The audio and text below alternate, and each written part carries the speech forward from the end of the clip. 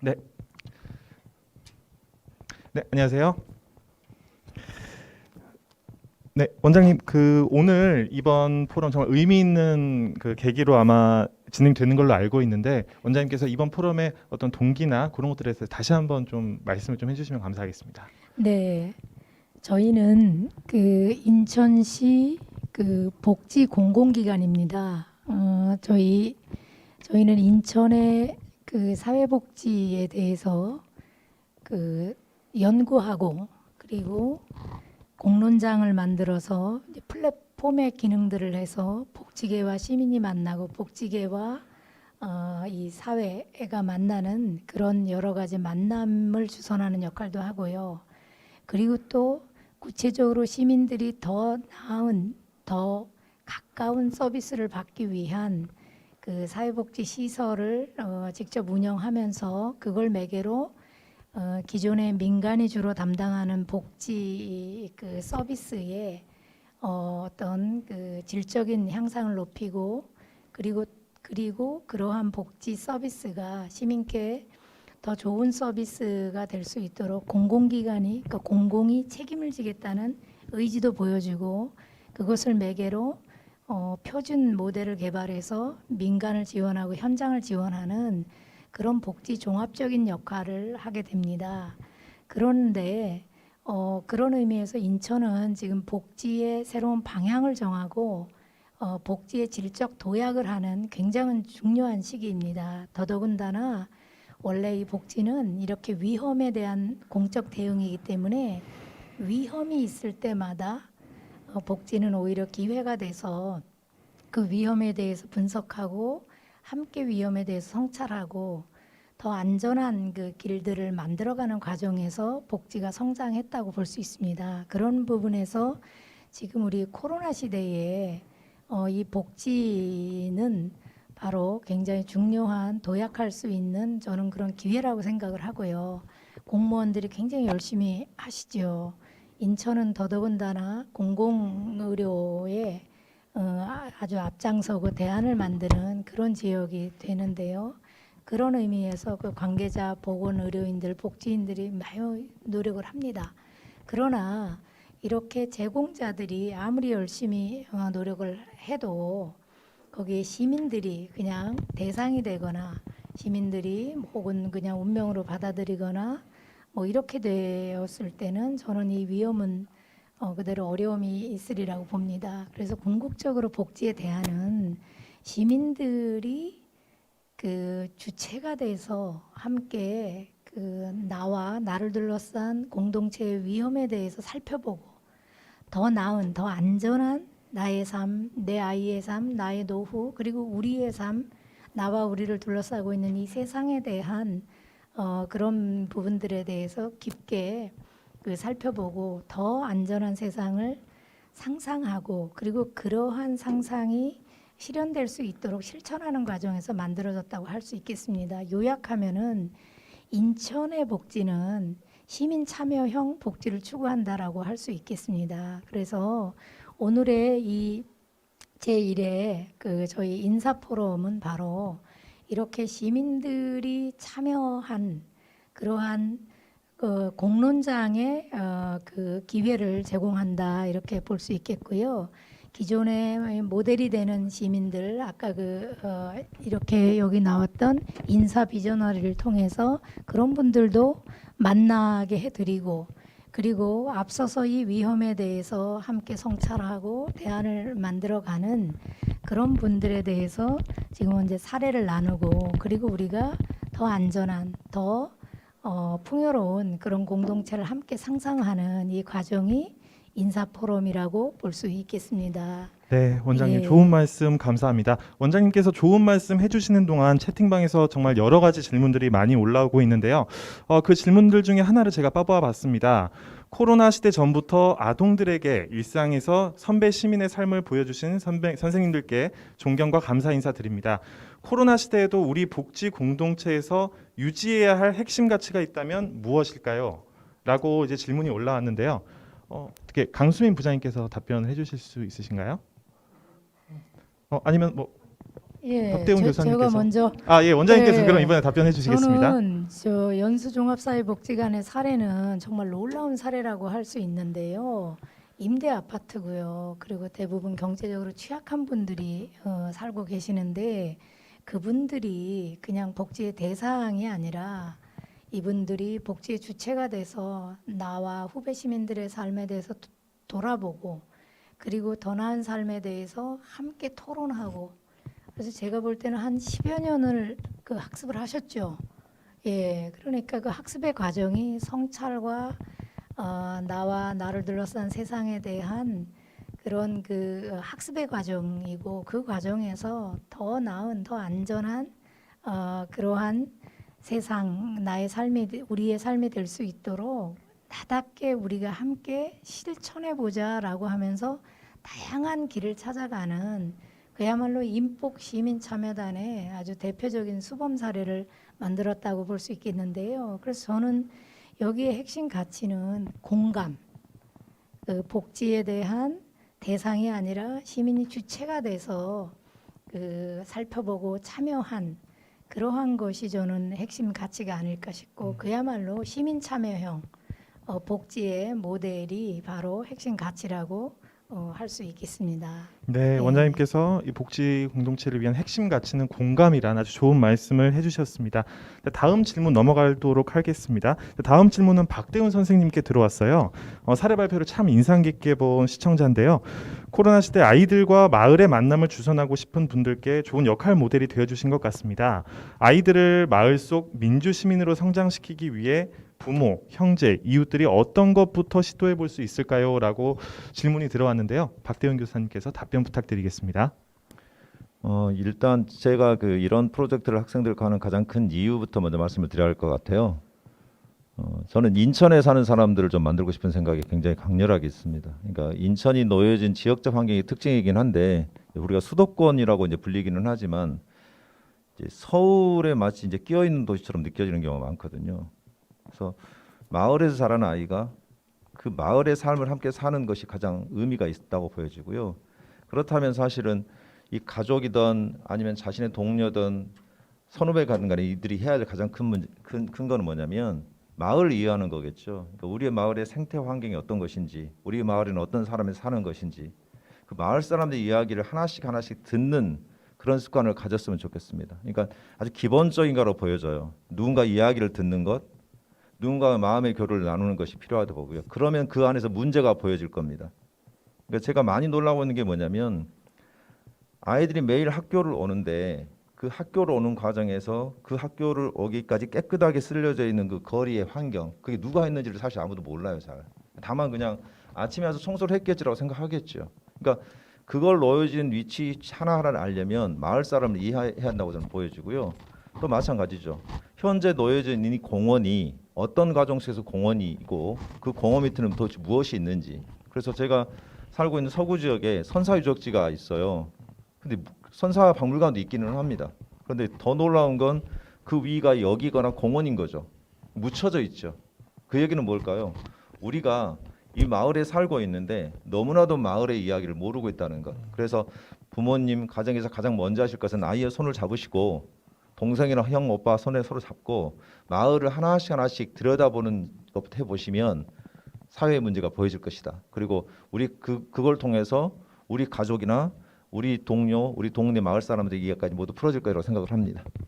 네, 박대훈 교사님께서 중요한 것은 관심이다라고 말씀을 해주셨어요. 아마 원장님께서는 이제 공감을 핵심 가치로 말씀해 주셨고 교사님께서는 관심을 이제 말씀해 주셨는데 아마 비슷한 의미이지 않을까 싶습니다. 자, 다음 질문은 그 강수민 부장님께 좀 들어왔네요. 인복 시민 참여단의 다른 활동 사례도 소개해 주실 수 있을까요?라고 하는데요. 답변 부탁드리겠습니다, 부장님. 네, 그 인복시민 참여단은 그러니까 여러 형태가 있다고 제가 알고 있는데요. 저희는 커뮤니티 센터형이었고요. 또 민관 협력 등 다른 다양한 기관들이 참여하고 있는 것으로 알고 있습니다. 그래서 다른 활동 사례는 저보다는 원장님께서 다른 구의 사례를 좀 말씀해 주시면 좋을 것 같습니다. 예. 그 연수복지관은 지금 그 복지관이 우리 앞에 박 선생님 말씀하신 것처럼 학교와 마찬가지로 섬일 수 있거든요. 거기에 참여하는 분들만 참여하고 지역사회 안에 있지만 어떤 그 특정한 사람들을 위한 외로운 섬일 수 있는데 그 연수종합사회복지관은 그 복지관이 케어센터, 그냥 서비스만 전달하고 특정한 취약한 사람들을 케어하는 이런 케어센터를 넘어서서 커뮤니티 센터, 공동체의 거점으로서의 센터로서 인식하고 그리고 그러한 것을 그 주민들과 함께 나누고 그리고 그것에 대해서 꾸준히 학습하고 또 토론하고 혼자가 아니라 지속적으로 토론할 수 있는 학습 동아리, 스터디 서클도 만들고 그리고 그분들의 토론에 의해서 이렇게 다양한 공동체에 대안을 내는 그런 실천으로 복지의 주체가 되는 그래서 바람직한 선배 시민의 모델을 만들어내는 저는 그런 역할이 굉장히 중요한 역할이라고 보고요. 지금 현재 저희는 그 커뮤니티 센터형 그 인복시민 참여단을 지속적으로 저희가 지금 2년째 사업을 하고 있는데요. 커뮤니티 센터형도 있고 남동구는 20개 동이 선배 시민형 그 소위 인복시민 참여단이라 그래서 그 맞춤형 돌봄 서비스에 참여하시고 계시는 대상 어르신들이 함께 학습하시고 그 다음에 그 동 즉 주민자치센터라고 하죠. 요새는 복지 그 뭐예요? 요새는 갑자기 이름이 예, 행복센터, 행정복지센터로서 20개 동을 거점으로 해서 선배 시민들이 학습하고 토론하고 실천을 모색하는 이런 활동을 20개 동 남동구가 하고 있고요. 미추홀구는 4개의 복지기관이 선배 시민 센터로서 커뮤니티 센터로서 우리가 와서 저 돌봄을 받고 서비스 전달에만 관심이 있는 복지 대상의 어른을 넘어서서 우리는 지혜도 있고 경험도 있고 또 따뜻한 마음도 있는 그런 선배 시민이니까 후배 시민도 돌보고 공동체도 돌보는 돌봄의 주체가 되겠다 이렇게 결단하고 4개 복지 노인복지관이 선배 시민형 인복시민 참여단을 이렇게 만들고 있고요. 그 외에 지역사회 보장협의체 복지의 거버넌스 형태인 보장협의체도 시민 참여형 그런 그 복지에 길을 내는 이런 다양한 활동을 하고 있습니다. 결론적으로 보면 인복시민 참여단은 인천복지 시민 참여단 즉 시민 참여형 이런 그 참여단이라고도 할 수 있고 근본적으로 보면 시민이 스스로를 살피고 스스로를 돌보고 네. 함께 서로 안전하고 그런 그 건강한 공동체를 만들기 위해서 실천하는 주체로서의 역할을 매개하는 것이 바로 인복시민 참여단이라고 할 수 있고요. 네. 이것은 시민력, 네. 우리 인천복지의 핵심은 시민력으로서 네. 아주 핵심적인 역할을 길을 만들어 가겠다라는 의지에서 인복시민 참여단이라고 할 수 있고요. 그렇게 보면 인천 시민들은 복이 많다. 네. 그렇죠. 인복이 있다. 왜냐하면 내가 어떤 위험 상황이 돼도 나와 가족을 넘어서서 인천 시민이 함께 사회적 가족이 돼서 서로 안전한 상태를 이렇게 보장해주고 서로 돌보는 그런 사람들 속에 있기 때문에 나는 인복 있는 시민이다. 이렇게 고백할 수 있는 그런 인천 인복 드림의 하우스를 만들기 위해서 네. 저희 그 인천 사회서비스원은 열심히 노력하겠습니다. 네, 네. 이 인복 시민 참여단에서 정말 많은 분들이 이제 복지에서 많이 참여해 주시고 고민하고 계시다는 점을 잘 말씀해 주신 것 같습니다. 자, 다음 질문 또 볼게요. 자, 다음 질문을 보니까 자, 사례 발표를 들으니 나도 인천 시민으로서 무언가 해보고 싶다라는 마음이 듭니다. 저와 같이 시민 활동에 관심이 생긴 사람들에게 선배 시민으로서 조언을 해주신다면요? 라고 이렇게 질문이 왔어요. 사실 저도 이제 한 시민으로서 이제 복지나 이런 것에 관심이 있는데 어떻게 먼저 시작을 해야 될지 사실 많이 거리낌이 있는 경우가 있어요. 고민도 있고요. 어떤 방법으로 해야 될지도 모르겠고 어디로 찾아갈지도 모르겠고 그러니까 이런 것들에 있어서 박대훈 교사님이나 강수민 부장님께서 선배도 시민으로서 이런 것에 조언을 좀 해주시면 감사하겠습니다. 교사라서 교사처럼 말할 수밖에 없기는 한데요. 네. 결국 답은 내 안에 있다고 저는 보여지고요. 그러니까 어떤 사람을 살 것인가를 먼저 결정하시는 게 중요한 것 같습니다. 그러니까 우리가 되게 이제 잘못 가고 있는 프로세스가 뭐냐면 이걸 하면 나아지겠지, 이걸 하면 나아지겠지. 그러니까 예를 들어서 우리가 공부를 잘하면 뭐 좋은 대학을 갈 거고, 좋은 대학을 가면은 좋은 기업에 들어가서 잘 살겠지, 행복하게 살겠지라는 그 방향이 저는 매우 잘못됐다고 보거든요. 그러니까 우리가 인간으로서 어떻게 삶을 살 것인지 자신의 삶의 방향을 먼저 정해놓고 나서 그러면 그 방향으로 가려면 예를 들어서 나의 가치가 평등이다, 나의 가치가 공존이다, 나의 가치가 평화다, 나의 가치가 나눔이라고 한다면 그러면 그 나눔을 실천하기 위해서 또는 평화를 실천하기 위해서 공존을 실천하기 위해서 내가 할 수 있는 일은 무엇이지?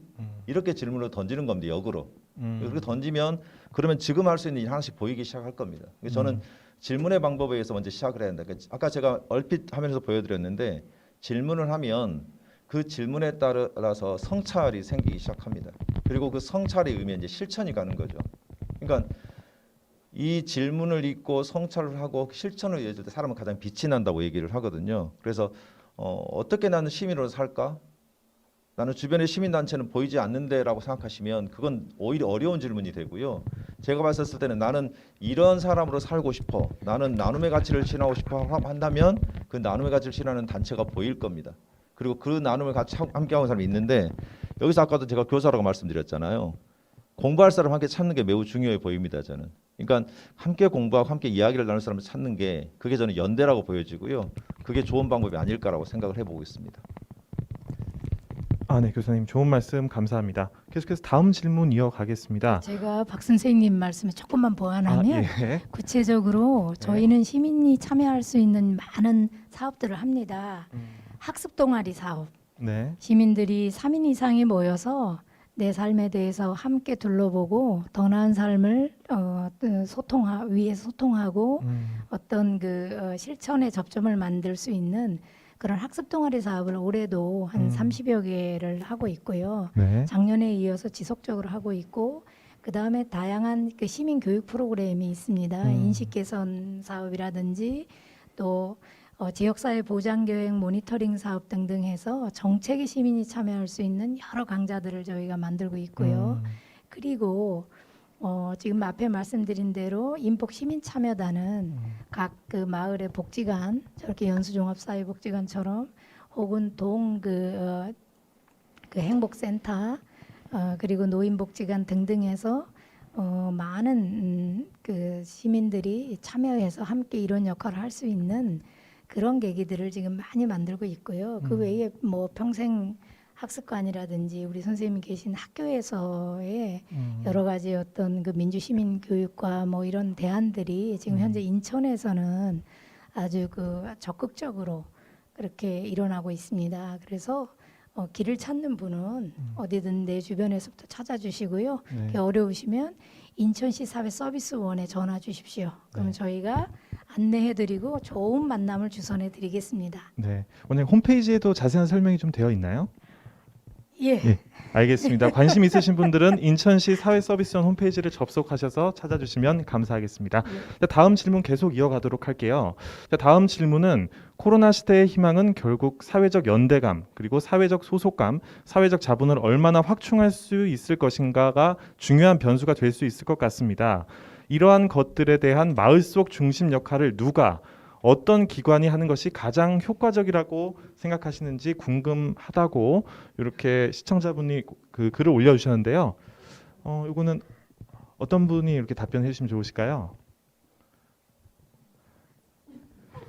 저건 중심의 역할을 누가 하는가라고 이렇게 딱 특정할 필요가 없는 게 네. 우리가 가장 흔하게 하는 얘기가 있거든요. 저럴 때 거버넌스란 말을 사용을 하죠.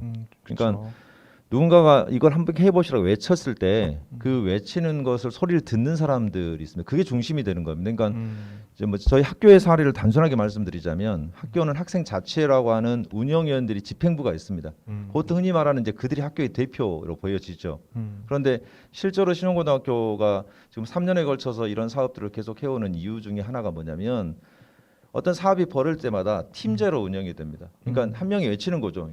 나 이걸 하고 싶어요라고 하면 그를 중심으로 하는 이 팀들이 만들어지는 거죠. 사실 저기 굉장히 정확한 질문을 하신 거예요. 거기서 필요한 게 자본인 게 맞거든요. 그렇죠. 그러니까 이제 이런 사업을 할 때 사실 필요한 게 자본이긴 해요. 그렇죠. 신용고등학교 같은 경우도 그런 자본들이 있어야 움직여지는 겁니다. 왜냐하면 누군가에게 서비스를 같이 나눠야 되는 거니까. 이거는 이제 서비스 독점이 아닌 거죠. 나눠야 네. 되는 거니까요. 네. 이제 일을 하게 되면 그런 거를 지원하는 수많은 곳이 사실 있습니다. 그게.